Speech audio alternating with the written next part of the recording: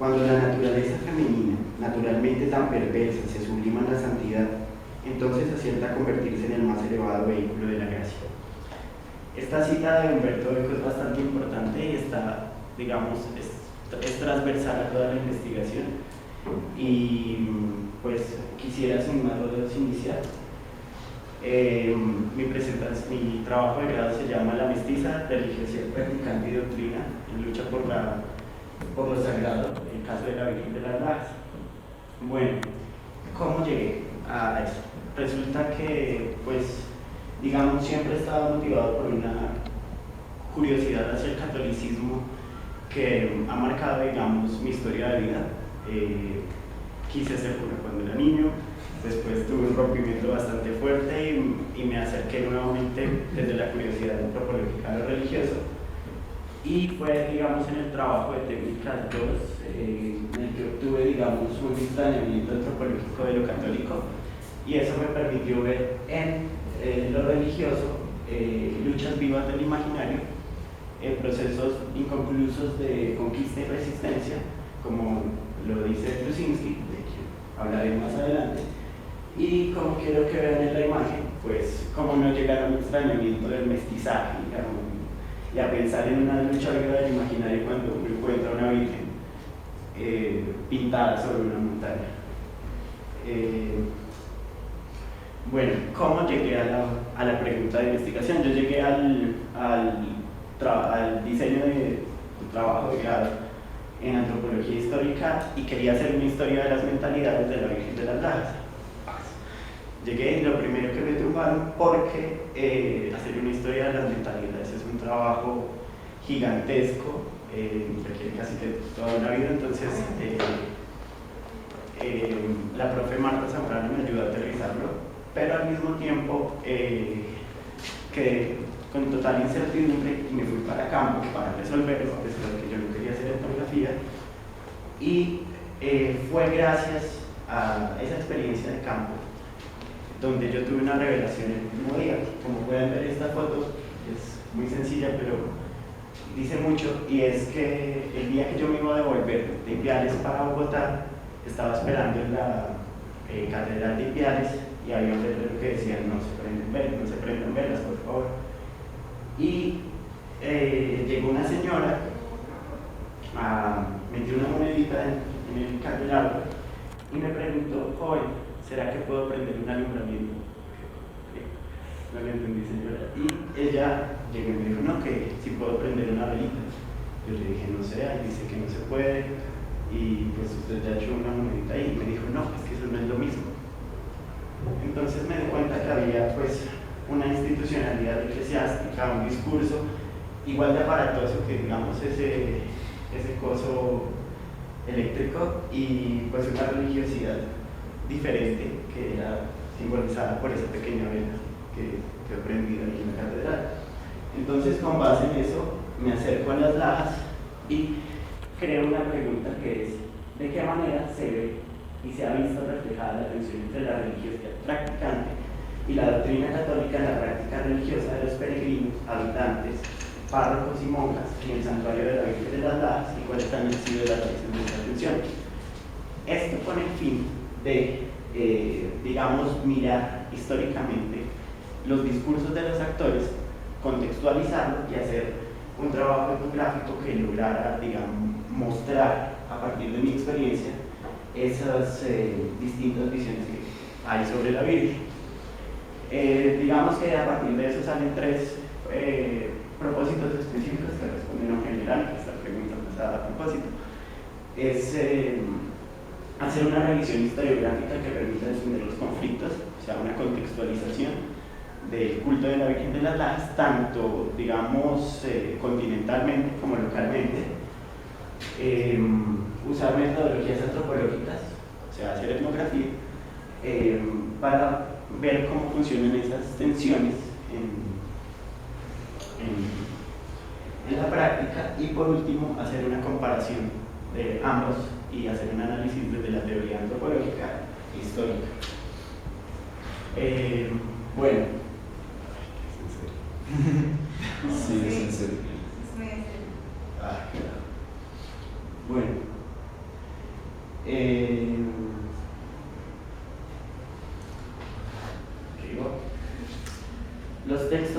los que dialogué en una primera revisión historiográfica y bibliográfica es, por ejemplo, con la colonización del imaginario de Serge Lusinski, que es, digamos, transversal en todo mi trabajo.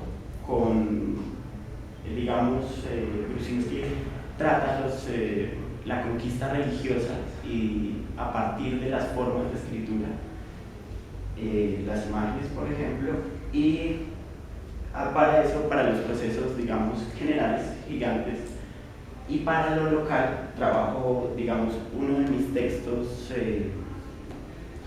guía es el de Germán Ferro, de la geografía de lo sagrado, que es sobre la Virgen de las Lajas. Fue hecho en los 90, entonces hay una diferencia temporal. Está también Félix Páez Jorge con su libro La Parentela Mariana, que también me permite darle un contexto a la advocación de la Virgen de las Lajas de América. Y está también el texto de Fabián Sanabria, que lo dijera. La Virgen Cecilia apareciendo es un texto muy bueno, a pesar de que venir de él. Y bueno, a partir de eso, lástima por las fotos, pues quisiera contarles una breve historia del Santuario de las Lajas. El Santuario de las Lajas aparece más o menos en 1754 con la advocación de la Virgen de las Lajas. Después profundizaré en las leyendas y pues básicamente está ubicado en el municipio de Ipiales, entre Ipiales y Potosí, en el departamento de Nariño, y es pues centro de una tremenda devoción mariana. Están las imágenes. Bueno, quisiera leerles una cita porque me la pueden leer, de Serge Lusinski, que dice lo siguiente: a fines de los años 1540, cierta devoción mariana se había desarrollado en una humilde capilla del norte de la Ciudad de México, en el lugar mismo que antaño se levantaba un santuario dedicado a Tosi, la diosa madre. Aquella devoción había recibido los estímulos del arzobispo Alonso de Montúfar, de españoles devotos y de las damas de alcurnia que frecuentaban el santuario, pero sobre todo había conocido el favor de los indios que seguían llevando a la Virgen española las ofrendas que antaño destinaban a la diosa. En cambio, por boca del provincial Francisco Bustamante, luego por la de Sahagún, los franciscanos denunciaron con violencia la devoción. ¿No creían algunos indios que hacía milagros aquella imagen que pintó el indio y así que era Dios? A esa resistencia opuesta al milagro y al culto de la imagen que se agregaba el temor de ver a que los indígenas siguieran adorando con el nombre de Tonantzin a la antigua madre de los dioses y no a la Virgen María.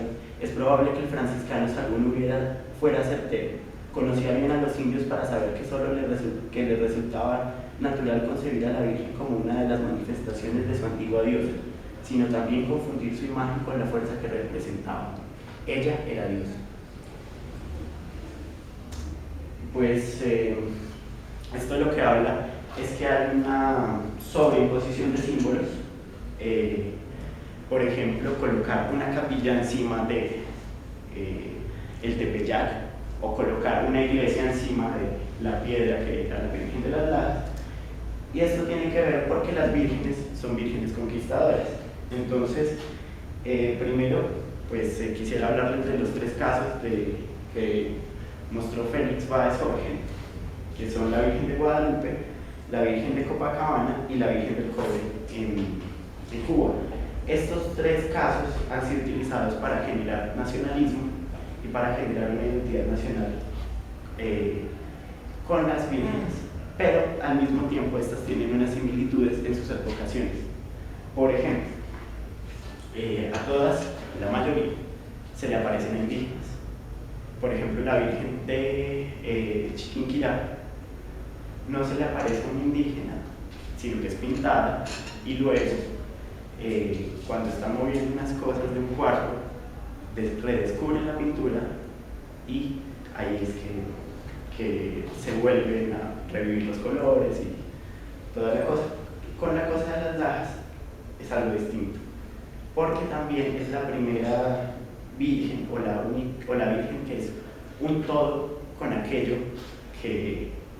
sobre lo que está superpuesta. Entonces la virgen, hay una frontera difusa entre la virgen y la montaña que, por ejemplo, se ve en las prácticas de los peregrinos, de las cuales hablaré más tarde. Bueno, les hablaré de las dos versiones de la aparición. Una descartada historiográficamente, otra, digamos, validada también historiográficamente y por la tradición popular. Entonces la primera dice que se demora el resto en reiniciarse. Es eso. Joaquín Torresana, es la que se presume falsa, era una persona de la élite de Pialeña cuya nana había sido María Moisés de Quiñones. Entonces él fue a recogerla a Potosí para llevarla a vivir con él a Ipiales, y durante el regreso entre Las Lajas y Potosí, entre Potosí y Ipiales, que eran Las Lajas, en esa parte del camino, pues él oyó que lo llamaban, digamos, como unos pájaros, y él se acercó, y cuando se acercó, murió. Y entonces esta mujer va a dar el parte de la muerte a Ipiales, y cuando regresan lo encuentran vivo, rezando. Pues él era de una familia prestante, toda la cosa. Y está la otra historia, la de María Moisés de Quiñones, que dice que María Moisés de Quiñones tenía una hija sordomuda que se llamaba Rosa. Ella estaba yendo de Ipiales a Potosí, y en el camino se desató una tormenta terrible. Ella se mete a una cueva, y en la cueva la hija sordomuda dice: mamita, la mestiza me llama. La mujer se aterra, sale corriendo sale corriendo, y bueno, pasan los días y resulta que la mujer no encuentra a su niña, y como no encuentra a su niña, tiene una corazonada de madre y se va a la cueva de Las Lajas y la encuentra jugando con el niño Jesús, y está la advocación de la Virgen. Ellas lo mantienen en secreto un tiempo, y posteriormente la niña cae enferma y muere. Entonces la señora lo que hace es llevarla ante la Virgen hace el primer milagro, que es revivirla, y ella, la mañana del 15 de septiembre de 1754, lleva a toda la curia ipialeña allá, y se celebra la primera Eucaristía. ¿Por qué esta versión tiene más validez histórica? Por Fray Juan de Santa Gertrudis. Porque Fray Juan de Santa Gertrudis, un cronista español, fraile, y registró en 1757 la existencia de la devoción mariana en el santuario de la Virgen de Las Lajas. Esto según Germán Ferro. Esta es la estatua de María Moisés de Quiñones que hay en la plazoleta María Moisés de Quiñones en Las Lajas. Bueno, las dimensiones conceptuales. Yo lo que hago es que tomo estos tres conceptos y los construyo a partir de conceptos que hayan trabajado autores. Por ejemplo, la religiosidad practicante, para mí tomar el típico concepto de religiosidad popular, que me parece que no logra abarcar realmente la problemática de la práctica religiosa, pues me acerco a autores como Fabián Sanabria, que hablan de religiosidad informal. Pero a mí me parece que no deja de haber formalidad en ningún tipo de religiosidad, porque es un acto ritual que tiene un ritmo. Y por ejemplo, la religiosidad practicante se significa, se ejerce cuando se reza, cuando se sacrifica, cuando se bendice. Entonces, tomo el concepto de cultura subalterna de Ginsburg para construir también este concepto de religiosidad practicante, y esto lo mostraré ya cuando sea pertinente en la práctica. Está el concepto de mestizaje cultural. Para no andar mucho, revisé varios autores. El mestizaje, digamos, es un término inventado en nuestra época para describir una problemática pasada, y yo lo tomo como una culturación mutua. Entonces, pues ahí está. Y el consumo, como lo toma Néstor García Canclini, que dice que las comunidades de consumo, que hay comunidades de consumo, y esas comunidades de consumo estarían apropiándose y significando lo religioso a partir de sus prácticas que se ejercen en el consumo. Bueno, por ejemplo, esta es una mujer durante la bendición de objetos, al final de las misas, y ella pone su 1100 que se lo bendiga. Esto va en contra de la iglesia, después les explicaré digamos, más a fondo. Y bueno, la metodología. Hay una revisión documental, no en el sentido totalmente de que yo me haya ido a revisar documentos con paleografía a ningún archivo, no. Yo hago una revisión de fuentes secundarias en el trabajo de Justino Mejía, y aparte de eso utilizo la fuente primaria misma, que es la imagen de la Virgen, y la utilizo como revisión documental. Hago una inversión etnográfica en tres temporadas de campo, la primera en septiembre de 2015, la segunda en marzo-abril de 2016, un mes, y la tercera en septiembre de 2016. Aparte de eso, pues hago un análisis final antropohistórico de la información recolectada en ambas pesquisas. Bueno, este es digamos ya el segundo capítulo como tal, en donde se entra a trabajar, que se llama la historia de la piedra y la historia de una piedra, pues precisamente sobre la advocación de la Virgen de las Lajas, y pues otra vez vuelven las figuras de las vírgenes conquistadoras. Es un fenómeno general que sucede de sobreimposición de símbolos a lo largo de América, y esto da como resultado pues muchísimos cultos marianos. Y por ejemplo, como lo muestra Doreen Massey, hay, digamos, bastantes cultos andinos, telúricos, vírgenes en las piedras. Esta no es la única virgen montana, la Virgen de Potestad en la Casa de la Moneda en Potosí. También está la Virgen de las Lajas, Nuestra Señora de la Playa, en Viales, etcétera, etcétera, etcétera, porque es un largo etcétera que no he logrado sistematizar. Bueno. Las Lajas y Potosí son lugares de leyenda. Potosí es un pueblo que, como les había dicho, queda a 8 kilómetros de Ipiales, y es en donde se supone se fueron a esconder algunos indígenas pasto para que no fueran encontrados. Entonces aparecen las Lajas también como una zona de frontera.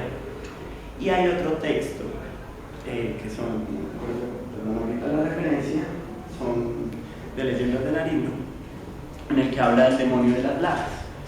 ¿Por qué? Porque la zona de las Lajas era una zona liminal en la que se decía que cuando uno caminaba de las Lajas, de Potosí a las Lajas, o de Potosí a Ipiales, o de Ipiales a Potosí, en número impar había uno que moría. Entonces aparece también la Virgen en el contexto, digamos, de un lugar que tanto tiene significación prehispánica como significación diabólica. Tal vez la significación diabólica por la significación prehispánica. Y, por ejemplo, acá podemos ver la discusión histórica que se genera por la pintura misma.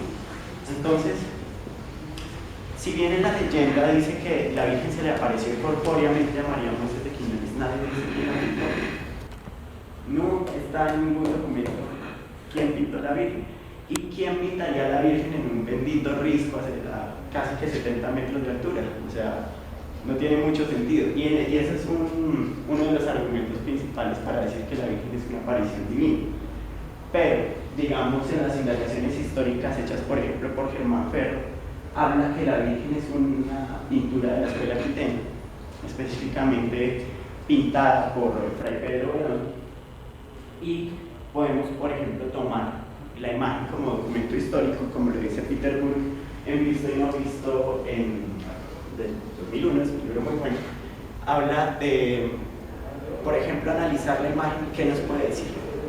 La imagen en sí es una advocación de la Virgen del Rosario. Esto es muy importante porque la Virgen del Rosario es siempre ligada a los dominicos. Tienen acá este Santo Domingo, por ejemplo, y acá esta es el rosario que le está entregando su camándula, y él es San Francisco. También son dos órdenes que históricamente estuvieron haciendo presencia en la evangelización de la zona.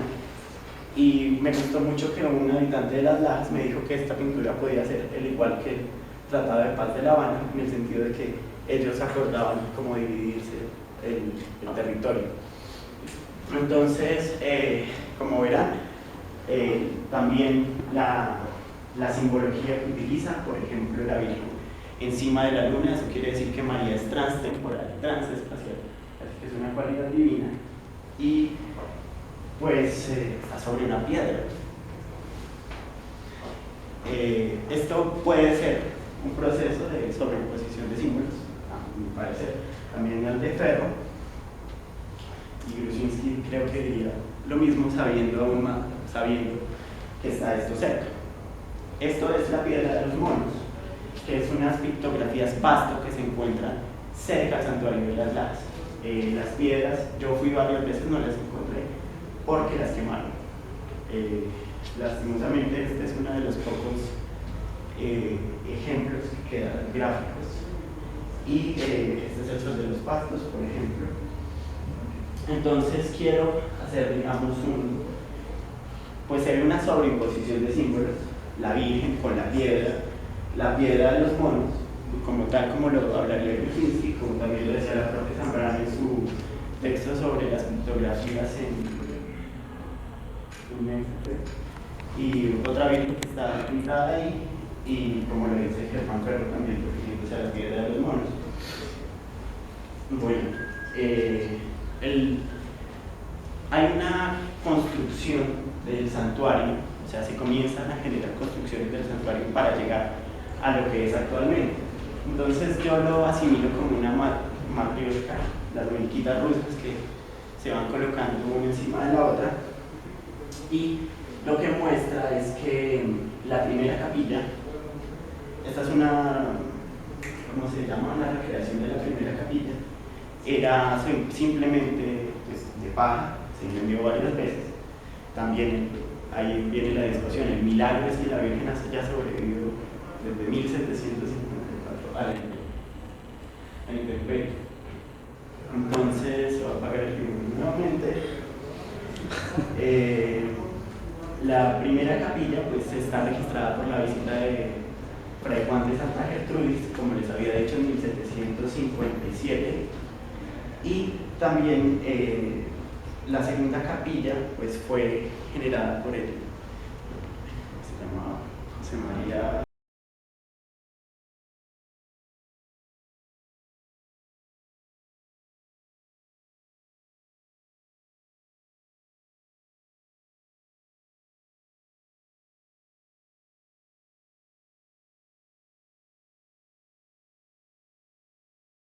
iglesia anterior, metida dentro de la iglesia actual, y después la tumbaron.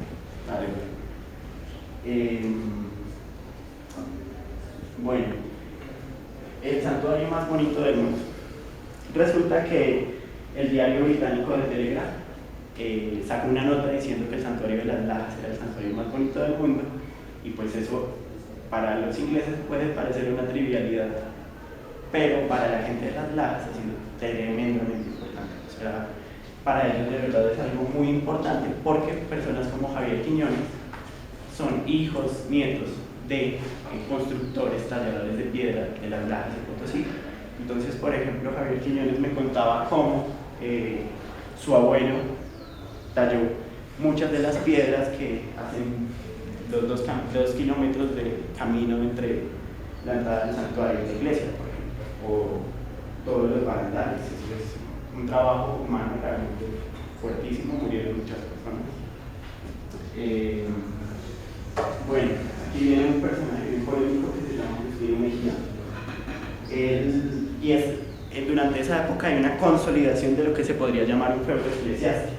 A la iglesia de Las Lajas le son donadas dos grandes haciendas.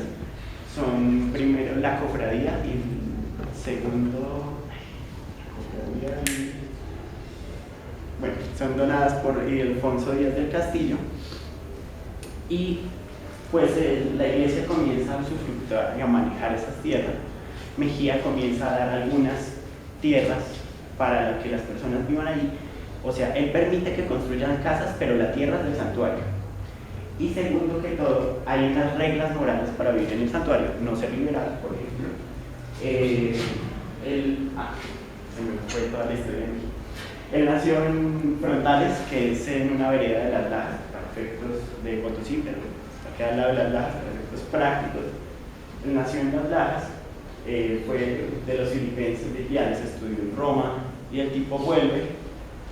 Lo que les digo, monta un feudo eclesiástico porque él llega en el 41 a ser capellán de Las Lajas, la capellanía era vitalicia, y ahí está, ese nombre es bien técnico. Él hizo muchísimas cosas. Terminó de construir el santuario, tenía las reglas morales, no se podía ser liberal. Había casas para que los peregrinos indígenas llegaran y no tuvieran que pagar hotel, por ejemplo. Estuvo durante la coronación canónica de la Virgen, que es cuando el Vaticano le reconoce a la Virgen de las Lajas su calidad de advocación, le dan a la iglesia el título de Basílica Menor. Él creó la radio de Las Lajas, llevó, digamos, muchísimo progreso, creó una hidroeléctrica que alimentaba Potosí y Las Lajas. Estuvo durante el Concilio Vaticano II, pero no estuvo ahí, pero pues, lo vivió como capellán.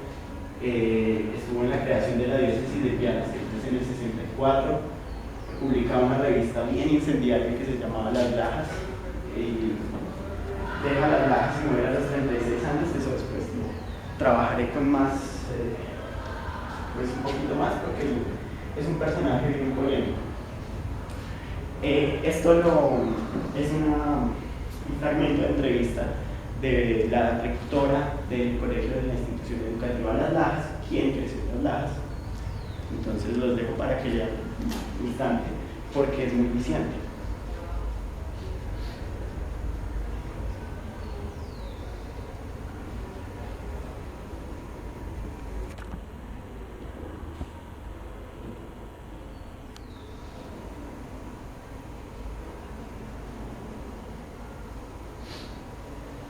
¿Listo?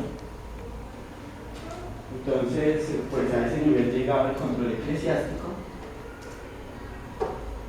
Pues con la ida de Mejía hay una apertura a este nuevo concepto que es el turismo, porque antes la gente solo iba por, digamos, motivos religiosos. Ahora está el conocer, y esto abre todo un mercado, tanto para la iglesia como para los habitantes de Las Lajas. Hay una mayor presencia institucional que se traduce en la policía, como un puesto de salud y etcétera, pero pues ahí siguen manejando los curas, y hay un libre mercado religioso porque todo el mundo vende un montón de cosas, empezando por la iglesia, vasos de la Virgen que al calentarse se aparece la Virgen, cosas así. Bueno, está el tercer capítulo, que son Vírgenes de Las Lajas. Les quiero hablar un poquito de lo que fue mi entrada a campo como tal. Pues yo me quedé en Potosí y yo iba a Las Lajas, tomaba fotos, pero no hablaba con nadie, no sabía cómo iniciar, y pues simplemente terminé hablando de fotografía con un fotógrafo, y fui y le pedí permiso al padre Franklin para entrevistar a sus su equipo sacerdotal de 8 sacerdotes, y comencé a hacer pláticas informales, observación participante de todo, y resulté con un campo fantástico, realmente, bastantes entrevistas y, digamos, todo muy nutrido dentro de la observación participante. Entonces, este capítulo está dividido en los diferentes actores. Por ejemplo, acá es clero, virgen, madre, iglesia. Quisiera que pues vieran que es el credo católico. El credo católico lo que dice es que estas personas hicieron un pacto para creer solamente esto. Entonces, pues tienen que estar dentro de esa institucionalidad.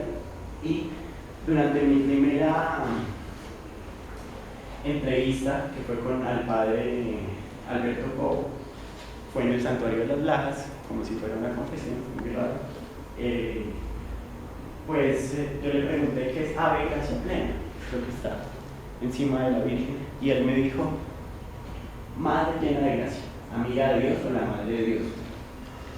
La palabra gracia significa amistad de Dios, gracia plena, favor pleno, conexión. Esto lo que quiere decir es que la Virgen y se mantiene en el papel de intercesora. Ella no es Dios, es solamente un medio para llegar a Dios, y eso es clave en el discurso de la Iglesia. Entonces, la Virgen es una sola, fue algo que dijo el capellán durante su discurso en la fiesta de la Virgen, en septiembre del 2016. Entonces, él dice, lo sagrado no es la imagen, sino lo que representa, la Virgen. Entonces ahí se está contradiciendo también, porque entonces la Virgen es lo sagrado y no Dios. Y esas distintas advocaciones, con un distinto look, son realmente para el padre Franklin o para la Iglesia, formas que tiene la Virgen para acercarse a sus creyentes, para mostrarse similar a ellos, compatible, y así, digamos, es una superposición de símbolos, es un uso muy inteligente de la iconografía. Y se encuentra, digamos, otra dimensión, que es la de la dimensión de que los sacerdotes también son sujetos nariñenses, ipialeños, pastusos, de Túquerres, de donde sea, de las Lajas, y por ello también se encuentran terriblemente permeados por los discursos tradicionales en torno a la Virgen. O sea, ahí realmente no es que ellos tengan un solo discurso, sino que están siendo atravesados por los discursos. Y esto es lo que dice el diácono César. Pues, ahí lo entrevisté en el oratorio de la casa parroquial de las Lajas, y pues muestra realmente cómo estas personas están conectadas con lo local y al mismo tiempo con una ideología global, se podría decir así. Las mujeres del clero, este es un asunto bastante complicado porque realmente ellas cumplen unas labores casi que de logística, se encargan de limpiar a la Virgen, o sea, y es muy difícil llegar a un contacto con ellas. Yo solo pude hablar con la madre superiora y fue una entrevista muy larga, pero, y aparte no era ni de las Lajas, llevaba 8 meses allí, algo realmente complicado. Entonces es algo de lo que estoy consciente que queda cierto vacío en la investigación. Ya sobre la otra parte, que es sobre los habitantes, o la Iglesia Madre Virgen, tengo la fotografía de Javier Quiñones, que me prestó su archivo de fotografías. Él está mirando una de las fotografías en donde aparece su abuelo en el equipo constructor del santuario. Lo que les decía, son personas para quienes las Lajas, la Virgen, les dio un hogar. O sea, ellos están ahí gracias a la Virgen, están ahí por la Virgen, se mantienen, tienen una tienda por la Virgen, por lo turístico. Entonces, hay una fuerte identidad católica, pero esa identidad católica está marcada por lo local. ¿Por qué? Porque han tenido la tutoría de la Iglesia todo el tiempo, pero ellos tienen todas las pasiones hacia la Virgen de las Lajas, es su Virgen. Segundo, hay una ambigüedad sobre la figura de Justino Mejía. Las 3 personas que más me ayudaron en campo, que son Javier Quiñones,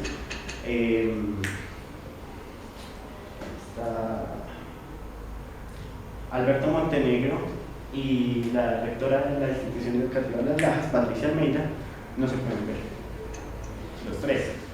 Entonces, por cuestiones relativas a Justino Mejía, se dice que Alberto Montenegro, que es un fotógrafo con el que yo andaba mucho, y de hecho me compré una cámara, él era, dicen que él ayudó a sacar a Justino Mejía, porque Justino Mejía era un godo, regodo, y pues no, el man se le paró y lo sacó, y pues hay bastantes intrigas ahí.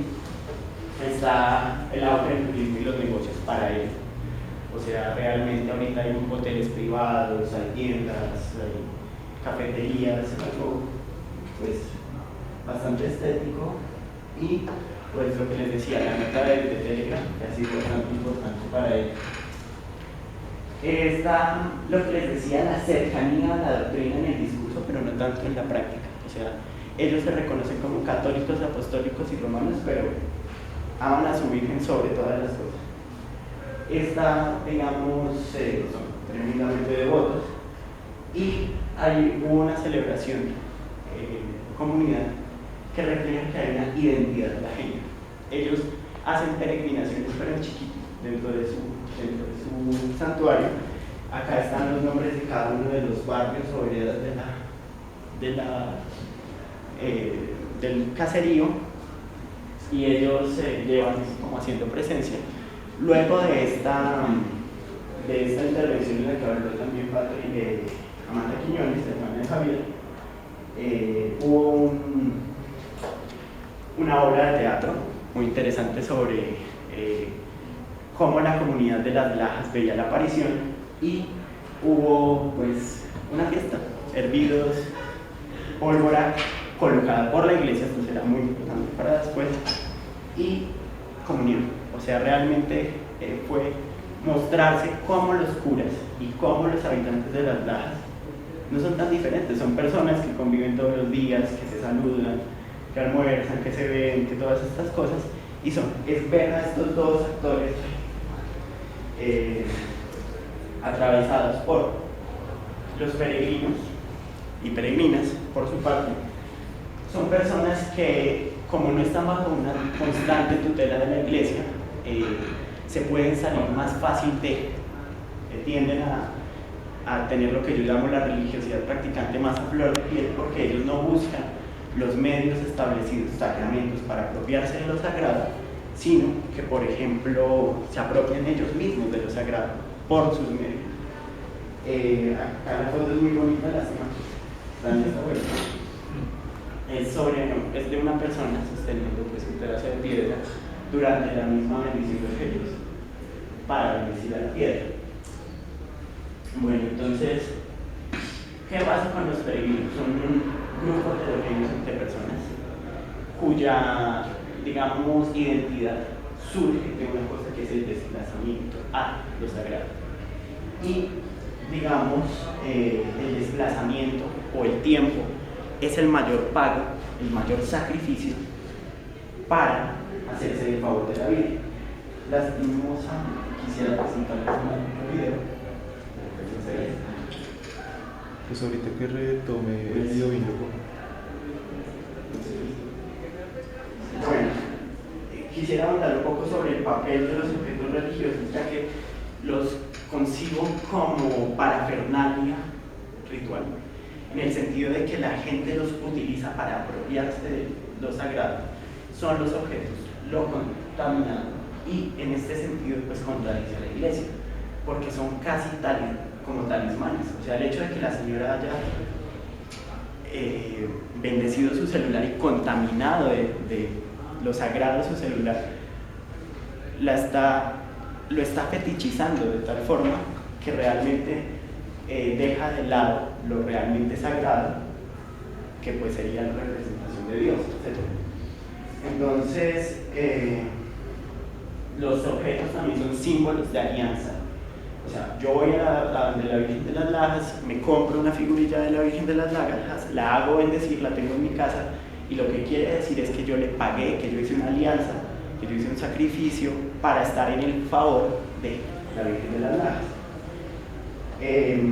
Pues con la democratización de las tecnologías, magia de contacto y magia simbólica,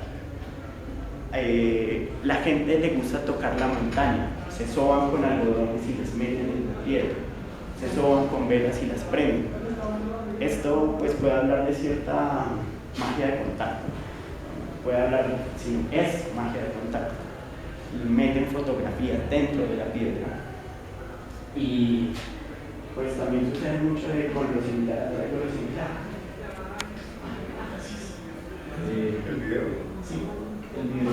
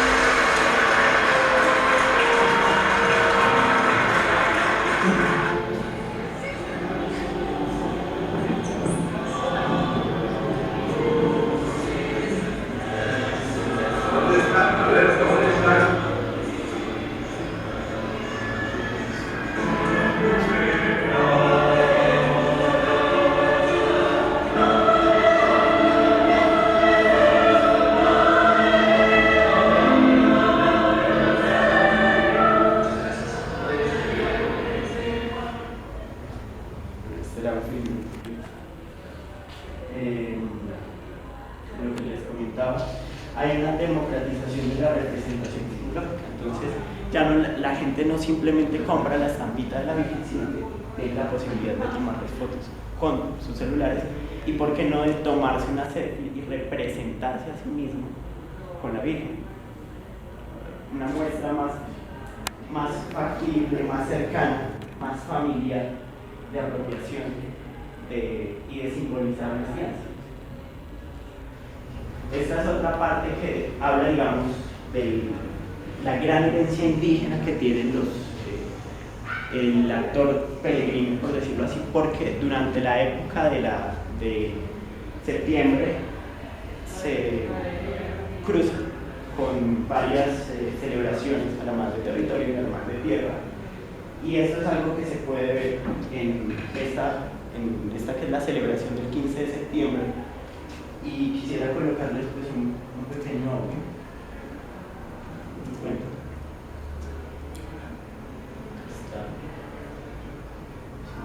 aquí. Es el gobernador de Cumbal cerrando sesión después de la Eucaristía que se hizo la Virgen de las Lajas. Cuando yo llegué, hicieron la apertura de sesión, porque se acaba. A escuchar esto. Madre Santísima de las Lajas, estamos muy agradecidos el día de hoy. De igual manera agradecemos al Señor Arturo, Padre Jaime, por habernos invitado el día de hoy a esta fiesta tan importante para nosotros, fecha en la cual proclamamos más nuestra fe como verdaderos católicos y creyentes de María Santísima. Al igual que evidentemente esta fecha es muy importante para las cosmovisiones de los pueblos indígenas, fiesta de la siembra, fiesta de la fecundación a la madre territorio, para que bendigan y produzcan todos y nunca falte el buen vivir de las comunidades.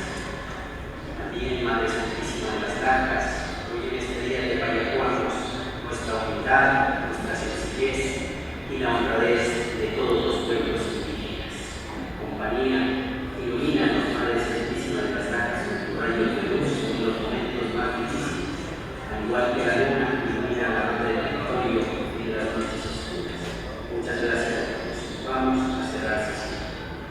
En nombre de Dios, nuestra Madre Santísima de las Lajas, se declara cerrada la sesión. En nombre del derecho mayor de la Madre del Territorio, se declara cerrada la sesión. En nombre de los usos y las costumbres de los cumbales, se declara cerrada la sesión. Ave María Purísima. Ave María Purísima. Ave María Purísima. Bendito, alabado sea. Bueno, eso lo que muestra es que hay un mestizaje vivo, total, y que realmente no hay una tensión en la práctica, sino que es una tensión más bien discursiva y que es ejemplificada también en la historia de la Iglesia como una estructura realmente plástica para adaptarse a nuevos entornos de evangelización. Y pues ya quisiera acercarnos a lo que son las conclusiones del último capítulo. Entonces, digamos, lo primero sería la imagen, el santuario, la Virgen, la montaña, el lugar. Condensan en sí mismo lo que llamó Grusinski las luchas del imaginario, y eso pues ya lo había dicho Ferro. Hay semejanzas en el discurso de todos los actores. La Virgen como madre, el santuario como un lugar cercano a lo sagrado, pero en la práctica hay varias contradicciones. Los disensos, las contradicciones son lo más importante, porque muestran que realmente hay un problema, y lo más importante es entender que esos disensos no son entre los actores, sino son entre los individuos, porque lo que les decía, los sacerdotes pueden ser pues representantes de una doctrina global, pero son de las Lajas o de Nariño, y conocen, pues, están empapados de la cultura. Está también, pues, lo que les decía, que no son solamente son sujetos atravesados por discursos históricos que toman valideces en el acto, en la práctica, donde se simbolizan realmente en el ejercicio. Entonces, bueno, esto es la ley, son los fieles, son los habitantes. Hay un discurso apegado a la doctrina, pero en la práctica son muy locales, lo que les decía. Y pues eso se muestra, es una de mis conclusiones, es las y los habitantes de las lajas se apropian de lo sagrado por medio de la afirmación y reafirmación de su identidad como una localidad sagrada, como el lugar que es en sí mismo un milagro, un regalo de la Virgen. Así los lajeños son profundamente marianos, pero tienen una devoción especial hacia su Virgen, la cual es también motivo de existencia de su caserío y la forma por medio de la cual la mayoría de ellos se gana la vida. Con los peregrinos y peregrinas, lo que les decía está visible es la religiosidad practicante que se ve en una apropiación de lo sagrado por medios paralelos a la de la iglesia, de pronto hasta que van más allá de, como por ejemplo, hay gente que toma pedacitos de piedra, las lleva a su casa y si están enfermos las hierven en agua, y se toman esa agua y dicen que así se curan. Eso para la iglesia sería creer en lo que les dije, amuletos, que realmente el poder está en el objeto, no en Dios, no como un medio. Y esto es lo que habla, esto ya es la parte del análisis histórico desde la teoría histórica, es que la religiosidad practicante tiene una circularidad cultural, como lo decía Ginsburg en Historia Nocturna, que lo que quiere decir es que toma la cultura subalterna, que difiere del concepto gramsciano de clase subalterna, porque Ginsburg la toma como lo producido por la clase subalterna, que es tomado por lo hegemónico y resignificado. Por ejemplo, el caso de la sobreimposición de símbolos con ejemplo de la pirotecnia. Por ejemplo, durante la época de Mejía, él trató de acabar con la pirotecnia, porque la pirotecnia le parecía algo terriblemente salvaje. Y ahorita, como les decía, fue la iglesia la que colocó el castillo. Entonces quiere decir que desde su posición de poder hay una culturación que va en dos sentidos y que terminan volviéndose en formas reencauchadas hegemónicas de practicar lo que se practicaba en la religiosidad subalterna, que se hacía visible en la religiosidad practicante.